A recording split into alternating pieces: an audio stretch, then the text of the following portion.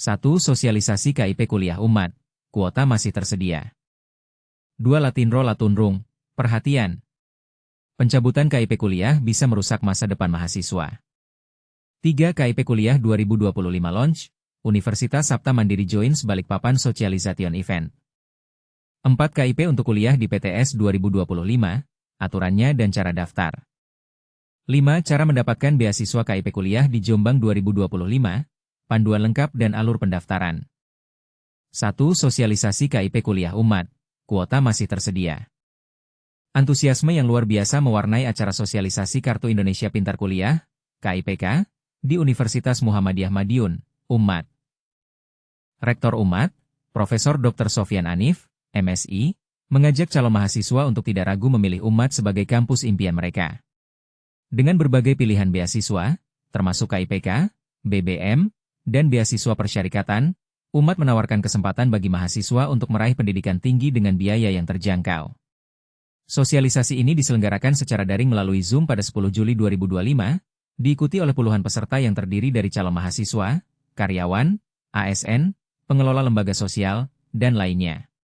Acara ini dibuka dengan sambutan hangat dari Rektor Umat, yang menekankan bahwa kampus masih memiliki kuota tersedia untuk penerima beasiswa KIPK bagi calon mahasiswa baru yang mendaftar hingga akhir Juli. Mumpung kuota beasiswa masih tersedia, jangan sampai terlewatkan. Kuota ini terbatas, jadi segera daftarkan diri Anda ke Umat, ujar Rektor dengan semangat. Peserta yang hadir dalam acara ini menunjukkan antusiasme yang tinggi. Ketua Tim Penerimaan Mahasiswa Baru, PMB, Umat, Rahma Widya Darojah, MIKOM, mengungkapkan bahwa sosialisasi beasiswa KIPK ini mendapat respons yang sangat positif. Banyak peserta yang aktif bertanya melalui chat saat sesi utama, dan juga saat ruang breakout Zoom dibuka. Salah satu peserta yang mengajukan pertanyaan adalah Fatimah, seorang guru dari Men 1 Kota Madiun.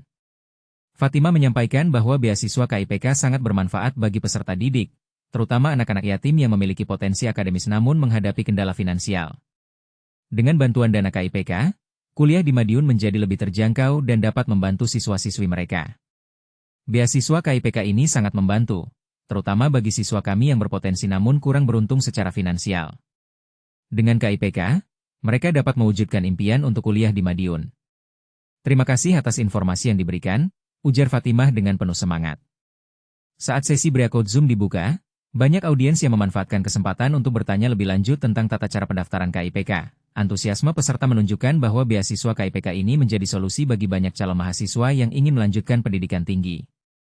Namun, di sini ada satu hal yang perlu diperhatikan.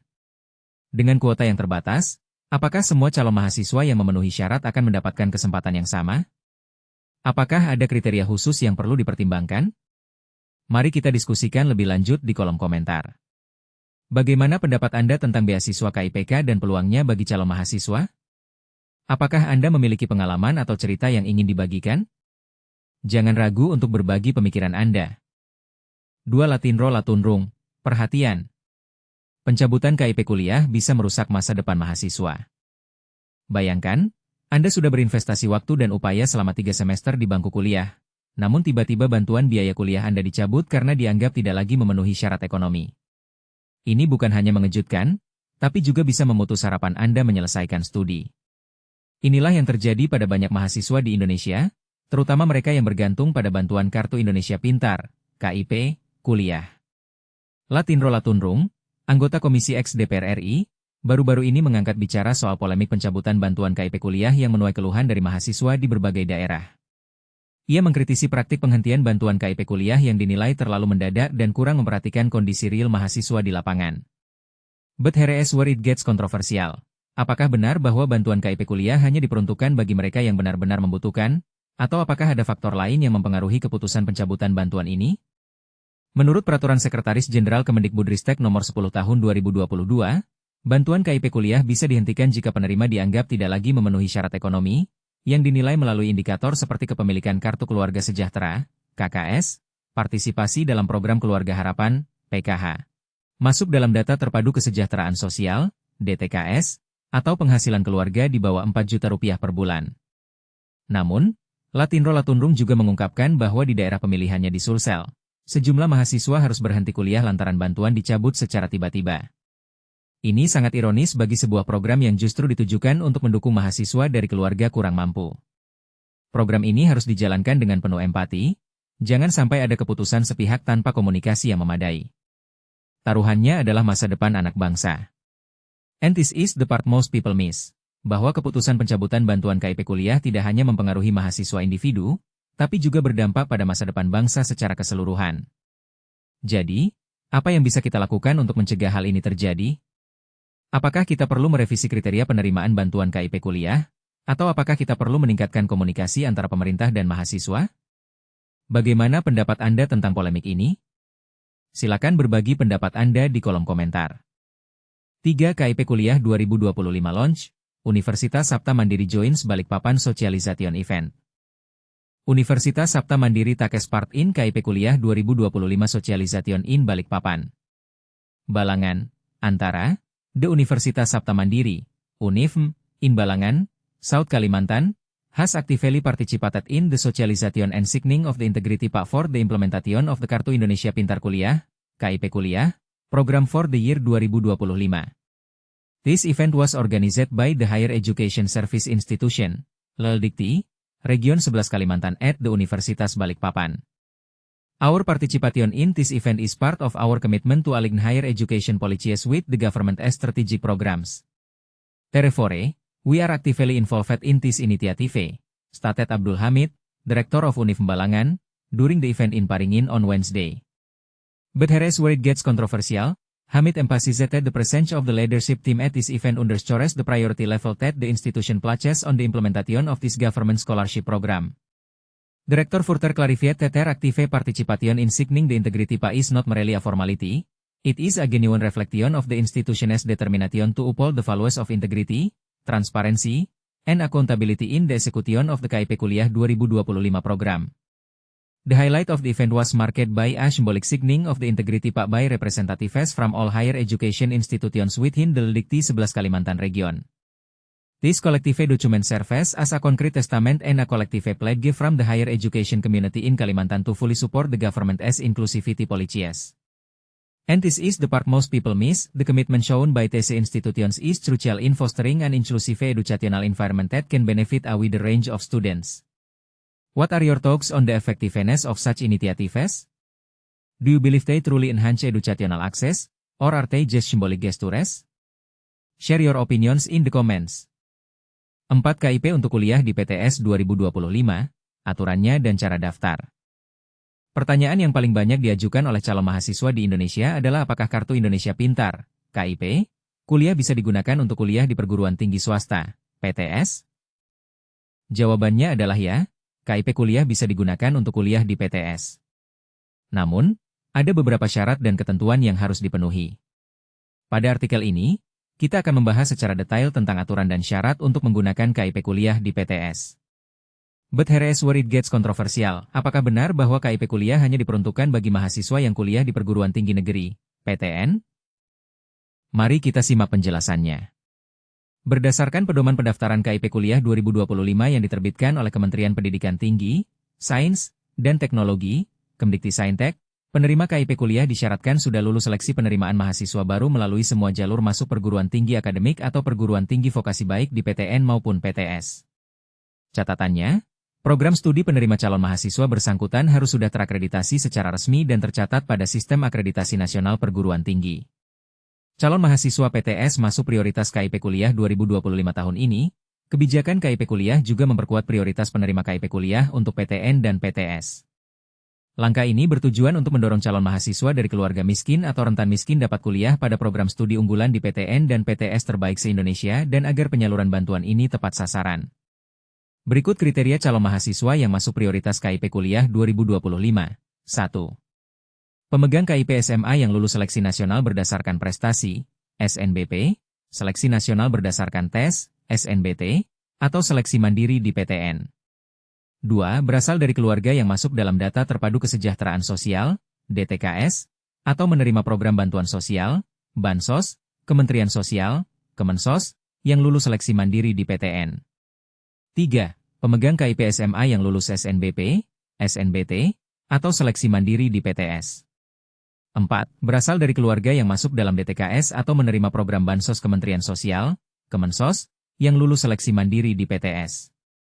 5. Termasuk dalam kelompok masyarakat miskin atau rentan miskin, maksimal desil 3 pensasaran percepatan penghapusan kemiskinan ekstrim, P3K, yang lulus seleksi mandiri di PTS. 6. Berasal dari panti sosial atau panti asuhan yang lulus seleksi masuk perguruan tinggi melalui semua jalur seleksi di PTN dan PTS. 7. Calon mahasiswa yang lulus seleksi masuk perguruan tinggi melalui semua jalur seleksi di PTN dan PTS, dan memenuhi persyaratan miskin rentan miskin, sesuai ketentuan, dibuktikan dengan bukti pendapatan kotor gabungan orang tua wali maksimal Rp4.000.000 per bulan, atau pendapatan kotor gabungan orang tua wali dibagi jumlah anggota keluarga maksimal Rp750.000. Surat keterangan tidak mampu yang dikeluarkan dan dilegalisasi oleh pemerintah, minimal tingkat desa atau kelurahan, yang disertai dengan bukti dukung, dan akan diverifikasi oleh perguruan tinggi. Program pendidikan KIP kuliah dapat diberikan bagi mahasiswa S1, D4, D3, D2, D1, pendidikan profesi dokter, dokter gigi, dokter hewan, nurse, apoteker, pendidikan profesi bidan, pendidikan profesi guru syarat ekonomi KIP kuliah 2025 berikut kondisi ekonomi mahasiswa yang dapat menerima KIP kuliah 2025. Pemegang KIP pendidikan menengah, mahasiswa dari keluarga yang termasuk DTKS, mahasiswa dari keluarga yang termasuk dalam data P3 ke maksimal pada desil 3, mahasiswa dari panti sosial atau panti asuhan, mahasiswa yang memenuhi persyaratan miskin rentan miskin seusai ketentuan, dibuktikan dengan surat keterangan tidak mampu. Besaran KIP kuliah 2025 berikut besaran biaya pendidikan dan biaya hidup yang ditanggung KIP kuliah 2025. Biaya kuliah, Prodi terakreditasi A Unggul Internasional, maksimal Rp8.000.000, khusus Prodi Kedokteran maksimal Rp12.000.000, Prodi terakreditasi B Baik Sekali, maksimal Rp4.000.000, Prodi terakreditasi C Baik, maksimal Rp2.400.000 perguruan tinggi dilarang meminta tambahan biaya operasional. Namun, biaya di atas tidak termasuk biaya jas alma mater, baju praktikum, biaya asrama, biaya pendukung pelaksanaan kuliah kerja nyata, KKN, praktik kerja lapangan, PKL, magang, biaya kegiatan pembelajaran dan penelitian yang dilaksanakan mandiri, dan wisuda. Biaya hidup berikut besaran biaya hidup yang dibagi ke dalam 5 klaster wilayah perguruan tinggi berdasarkan hasil survei Badan Pusat Statistik. Rp800.000, Rp950.000, Rp1,1 juta, Rp1,25 juta, Rp1,4 juta. Cara daftar KIP kuliah 2025. Pendaftaran KIP kuliah dibuka sampai 31 Oktober 2025. Berikut cara mendaftar KIP kuliah 2025.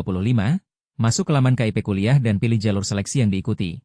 Misalnya jalur mandiri jika validasi berhasil. Sistem KIP kuliah akan mengirim nomor pendaftaran dan kode akses ke email lakukan validasi NIK, NISN, dan NPSN. Serta kelayakan mendapat KIP kuliah buat akun di https://kip-kuliah.kemdiktisaintek.go.id dengan nomor induk kependudukan, NIK, nomor induk siswa nasional, NISN, nomor pokok sekolah nasional, NPSN, dan email aktif. Selesaikan proses pendaftaran di laman KIP kuliah dan lengkapi dokumen. Jika dinyatakan diterima di PTS tujuan, kampus akan melakukan verifikasi lebih lanjut. Pendaftar KIP kuliah yang lolos verifikasi PTS akan diusulkan kampus sebagai calon penerima KIP kuliah. Kemdiktisaintek akan menetapkan mahasiswa bersangkutan sebagai penerima KIP kuliah.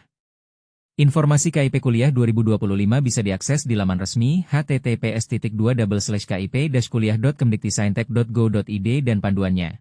Klik di sini. Sekarang, kita telah mengetahui aturan dan syarat untuk menggunakan KIP kuliah di PTS. Namun, masih ada banyak pertanyaan yang belum terjawab.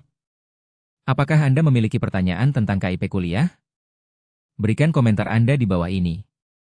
5. Cara mendapatkan beasiswa KIP kuliah di Jombang 2025, panduan lengkap dan alur pendaftaran. Banyak yang bilang, perjuangan meraih pendidikan tinggi itu berat, tapi apa jadinya jika ratusan siswa berlomba-lomba demi satu peluang beasiswa? Inilah yang sekarang terjadi di Jombang.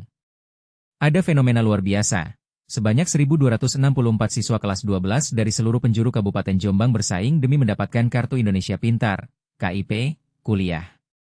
Mereka rela mengantre di dinas sosial hanya untuk memperoleh surat keterangan tidak mampu, yang jadi syarat utama untuk bisa mendaftar beasiswa ini.